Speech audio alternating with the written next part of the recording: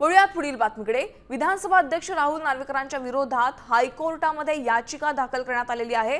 मनसेच्या बबन महाडिक यांच्यासह इतरांनी ही याचिका दाखल केली आहे। राहुल नार्वेकरांनी पदाचा गैरवापर करत उमेदवारांना अर्जच भरू न दिल्याचा या याचिकेत आरोप करण्यात आलाय।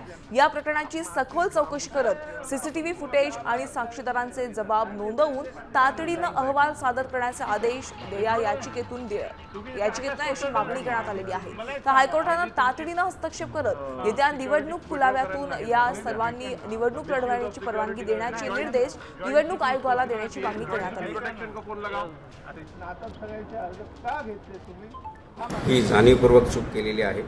या लोकांचे अर्ज तिथे स्वीकारले देखील नाहीत, नाकारले नाहीत। कोणतेही कारण न देता त्यांना धक्काबुक्की करून पोलिसांच्या मदतीने यांना त्या इलेक्शनच्या त्या ऑफिसमधून बाहेर काढून दिलं आणि उज्जत घालून अनेक लोकांना इथे दमदाटी करण्याचा देखील प्रकार केलेला आहे। या संदर्भात आपण तिथे याचिका केली की यांची नावं तिथे बॅलेट पेपरला येऊ देत।